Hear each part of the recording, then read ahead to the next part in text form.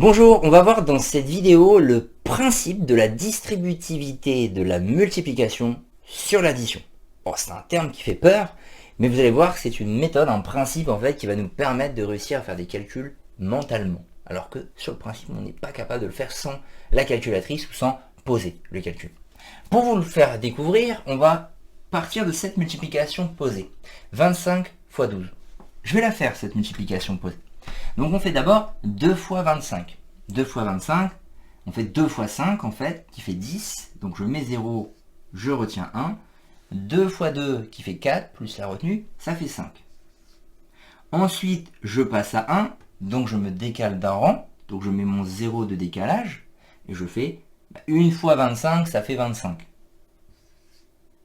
Voilà. Je n'ai plus qu'à additionner. 0, 5 et 5, ça fait 10, je mets 0, je retiens 1, et donc ça fait 3. 25 fois 12, ça fait 300. Bon, mais c'est pas ça qui m'intéressait. C'était pas le résultat, c'est comment j'arrive à ce résultat. Et comment j'y arrive justement? Je reprends ce que je viens de faire. J'ai fait ici 2 fois 25.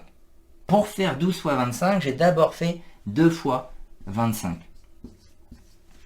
Mais c'est pas suffisant, c'est 12 fois 25, donc ensuite, j'ai fait 1 fois 25. Mais en fait, c'est pas 1 fois 25. Quand je me décale, le 1 est en position des dizaines. En vérité, je suis en train de faire 10 fois 25 ici.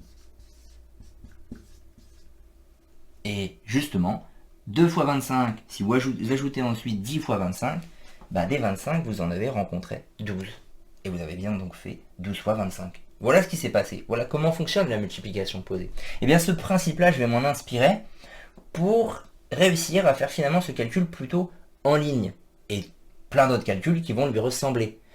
En me disant justement, le 25 se répète un certain nombre de fois, donc c'est lui l'élément qui va se répéter, sauf que je ne vais pas dire directement qu'il se répète 12 fois. Je vais dire, comme je viens de le faire ici, que le 25, puisqu'il y va 12 fois, il y va en fait 10 fois plus 2 fois. Donc le 25, j'en ai 10, plus, j'en ai encore 2. Attention, j'écris pas plus 2. C'est des 25 qui sont encore présents 2 fois. Donc j'ai encore 25 fois 2. Et pour pas oublier, en fait, justement, j'encadre. Ça peut vous permettre de comprendre et de savoir comment on fait les calculs. Le 25 va se répéter, donc vu que je sais qu'il doit se répéter, voilà, je l'ai encadré, ça ressort bien. Donc il est présent 10 fois, plus 2 fois, j'ai bien fait 25 fois 12. Bon là j'ai plus qu'à calculer. 25 fois 10, à savoir quand vous multipliez par 10, vous ajoutez un 0 à votre nombre, lorsqu'il n'y a pas de virgule, et c'est le cas ici, ça devient donc 250. Et 25 fois 2, il faut savoir que 25 plus 25, ça fait 50. Vous récupérez ici les calculs qu'on avait fait là.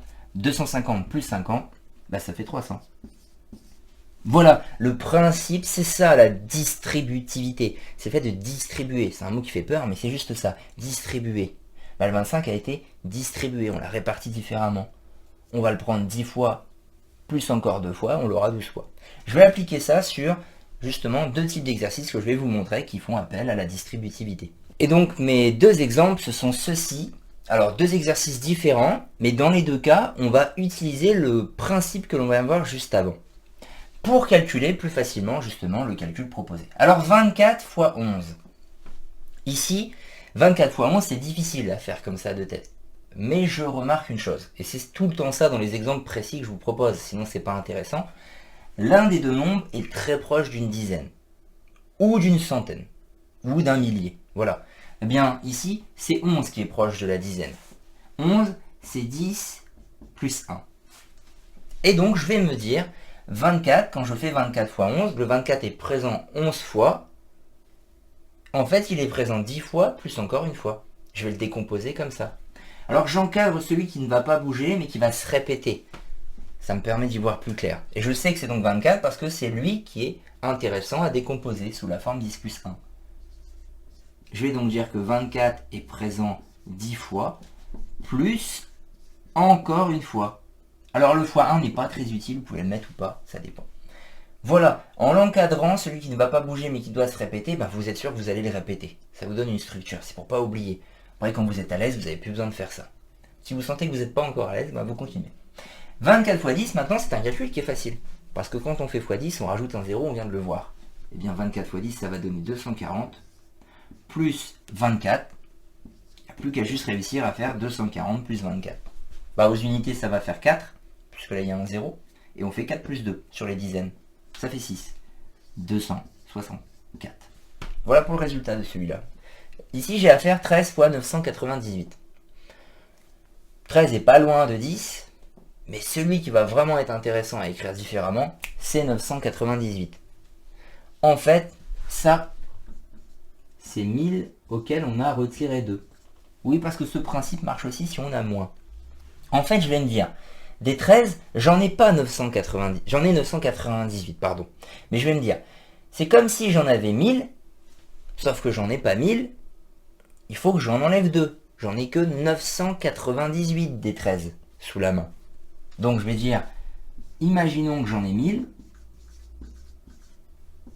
des 13, mais en fait non, il faut que j'en retire 2 pour que ça soit la même chose qu'ici, lorsque j'en ai 998.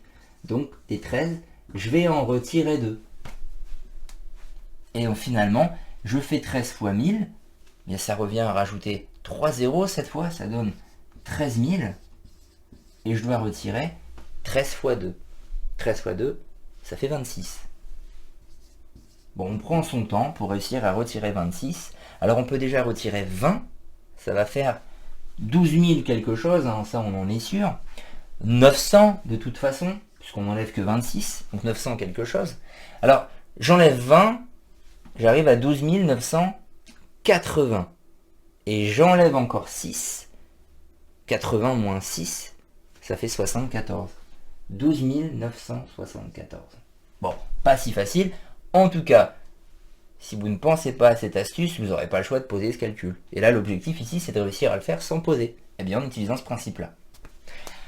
On va faire la même chose ici, sauf que finalement, c'est un peu plus facile. Il n'y a plus qu'à voir, et on le voit tout de suite, que quelque chose se répète. Et on va faire à l'envers.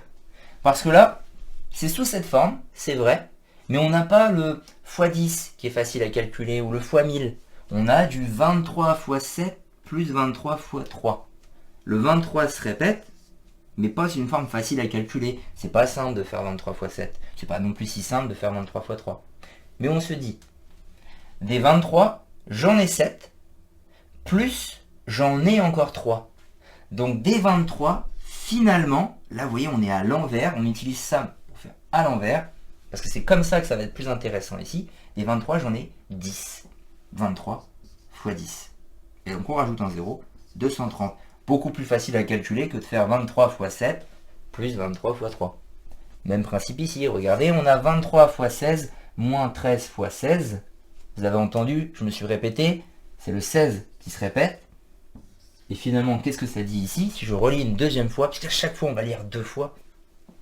Des 16, j'en ai 23, mais je vais en perdre 13. Donc j'en ai plus 23, on m'en retire 13. 23 moins 13, ça fait 10. Donc des 16, j'en ai plus que 10. 10 x 16. Ça encore, c'est pas dur. On va rajouter un 0 à 16. Ça fait 160. Voilà, ce ne sont pas des exercices faciles, mais c'est quand même important de comprendre ce procédé-là, qui permet du coup de résoudre rapidement, de calculer plus facilement en tout cas, ce genre de calcul. Voilà,